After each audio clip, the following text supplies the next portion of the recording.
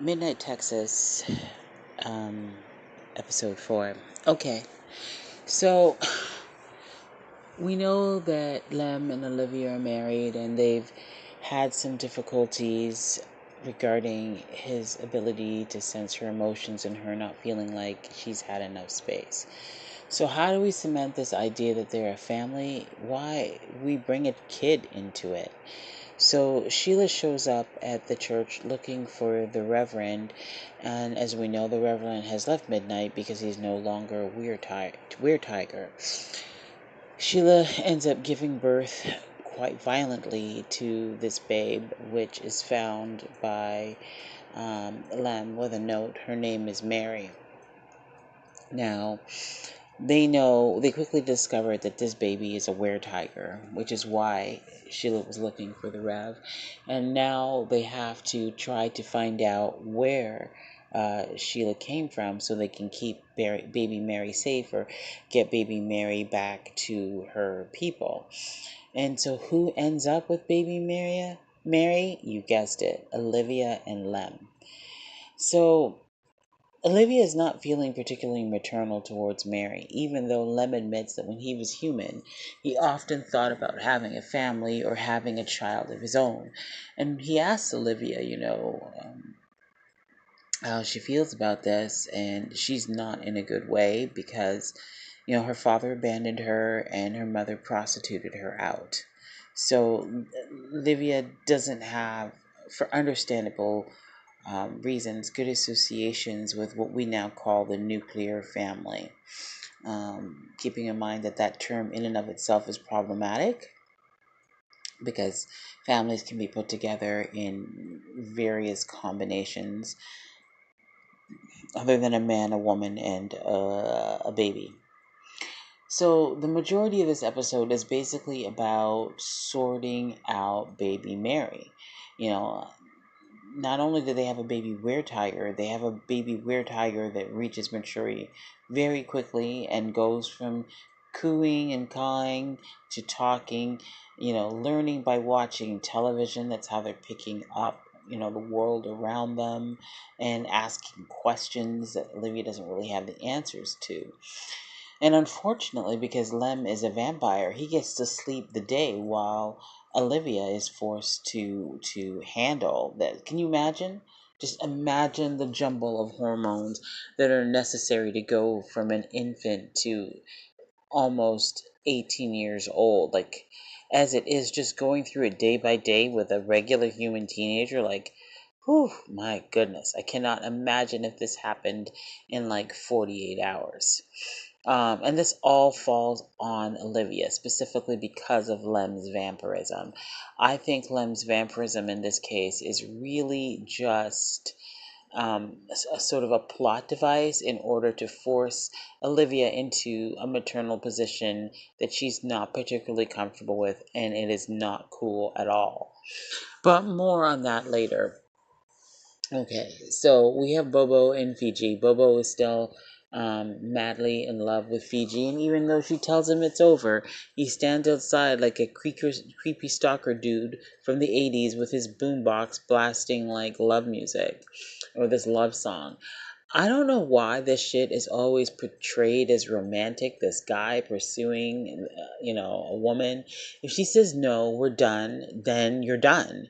You can't force someone into a relationship by sheer force of will, and I find those kind of gestures to be super creepy because, you know, in this case it's being done so publicly, right, which adds extra pressure to this supposed loving gesture for her to just put aside her will and be with Bobo. And then we have Patience and Manfred. Now, we know that they have some chemistry, and inside my head is screaming, Manfred, do not shit where you eat. Do not put your pen in, do not dip your pen in company ink. This is not a good idea for a million reasons. I will, however, say that Patience being part of the team this week and being in on the caper to sort out Mary was kind of cool. And she dresses all up sexy to distract some guards so Manfred can slip into the morgue and talk with a dead Romani person who had tried to kidnap Mary and was killed for his troubles. Go Team Mary on this one, right? Don't mess with a weird tiger. All right, so these are our sort of couples. I kind of feel like even though this episode was really about what happens to Mary, it really was a couples based episode because, as I said, you had Lem and Olivia working through stuff, you had Bobo and Fiji working through stuff, and you had Patience and, of course, Manfred heating it up. So we know things end up getting solved when a woman shows up claiming to be Mary's grandmother, and she is, except that she runs this supernatural fight club, and she feels that her Romani bloodline has been defiled because her daughter slept with a were-tiger to produce Mary. She, is however happy that as soon as her granddaughter reaches maturity, that would be Mary, she'll be able to, generate a great profit off her. Can I just say, I know this show is cheesy, and I generally speaking love it for the cheese, but when you have the antagonist just spill out their entire motivation like that, I mean, come on, she's a little mustache twirly. We're gonna agree that she's mustache twirly? So anyway, the matter is resolved. All the supernaturals are freed, and um, Mary discovers her father, the Supernatural Fight Club, and of course wants him to go back to Midnight so that they can sort of be with Olivia and keep this like vital relationship that she's established. But he wants to take her to a colony in Nevada where they'll be safe. Olivia, however, believes that her home is in Midnight. And so she's not going to go, but she tells Mary to be strong. I'm coming back to this one. Let's jump to Bobo and Fiji. So Fiji drugs Bobo for him to forget her, and yeah, he doesn't remember that he's in a relationship with her, but he's still super creepy. Like there's flirting and there's like stalking, and he's on the verge of just outright grossness at this point.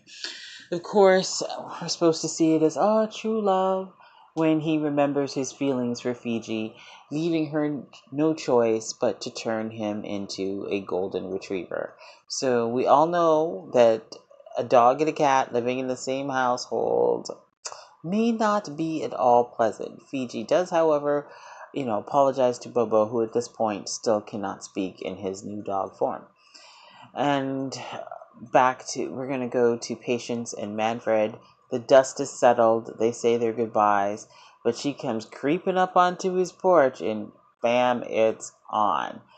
Now, Kai is going to come back eventually. This is not going to bode well. And here's the thing, Manfred knows that something is going on with Kai, but he's still like doing the freaky deaky with his wife. Like, seriously, dude? And your girlfriend just left town? Come on. Come on. Think with your head, not your little head. Back to Olivia. I saved her for last because I have more to say about her. When it's all settled and done, Lem tells Olivia that it's okay to cry. And I find this really disturbing because even though Olivia admits that it's 2 days, she said it's the first time she felt like a family in a really long time. And yeah, she's not interested in taking her father back. But they pushed all of this on her, and then she has this emotional breakdown and she cries.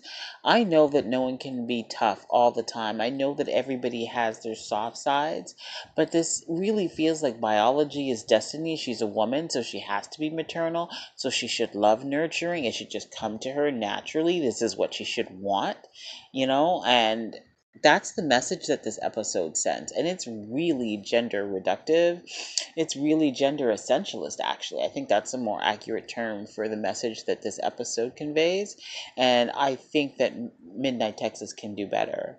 They really did wrong by Olivia in this episode.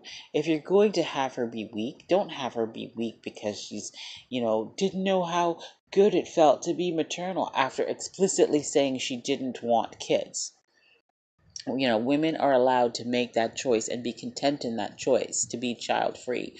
So when I look at this episode, if I have to pick one thing that is really and truly wrong with this episode, that's it.